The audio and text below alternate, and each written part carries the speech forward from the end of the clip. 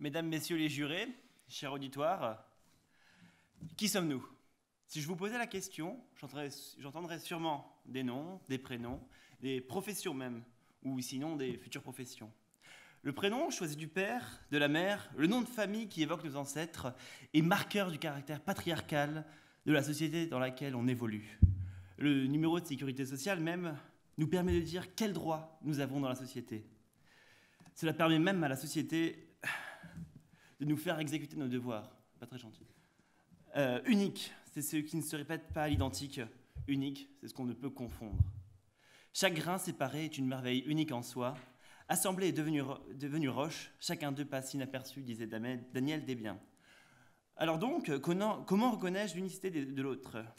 Les humains ont les outils nécessaires pour nous reconnaître. Socialement, la façon dont les gens s'habillent donne des indices, même si généralement un visage suffit. Nous sommes conçus pour reconnaître des visages. Enfin, pas tous, parce qu'il existe des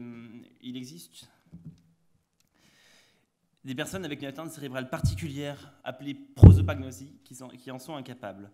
Ce mot barbare évoque ces gens qui ne peuvent reconnaître les visages en tant que tels, même s'ils ne peuvent les décrire. Alors évidemment, ils reconnaissent les gens par leur voix, leurs vêtements, leurs bijoux.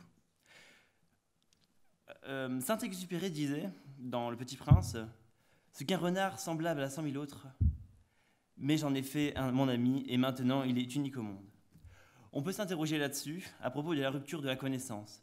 Comment le fait de s'en faire un ami rend-il quelqu'un unique? A priori, ses qualités perçues ne changent pas. Le renard reste roux, doux au toucher, et il sent encore le renard. D'ailleurs, je m'excuse pour les renards ici. Il est unique parce qu'on change de regard sur lui. Il y a création d'une histoire commune avec cette amitié, parce qu'on a pris du temps pour lui. Le renard, dans ce cadre-là, est humain, parce qu'on peut communiquer, parce qu'il y a une interaction avec lui. Tout le monde a au moins un ami, sinon une connaissance plus ou moins proche. Mais alors, si nous sommes chacun le renard de l'autre, alors nous nous retrouvons avec des milliards de renards uniques, donc tous pareils. Le caractère unique est-il un caractère comme un autre, capable de discriminer les personnes? Se souvenir exactement que chaque être est unique au monde et que des milliards et des milliards sont exactement comme nous, ne nous fait-il pas frissonner tous, chacun? L'unicité d'une personne est-elle le caractère intrinsèque d'un individu? Ou est-elle sa comparaison avec le reste du monde? Parce que tout le monde, qui est-ce? Est-ce la ménagère de moins de 50 ans dont tout le monde veut obtenir la grâce? Les êtres fondus dans des populations sont toujours perçus comme identiques, parce qu'il n'est pas nécessaire de les distinguer.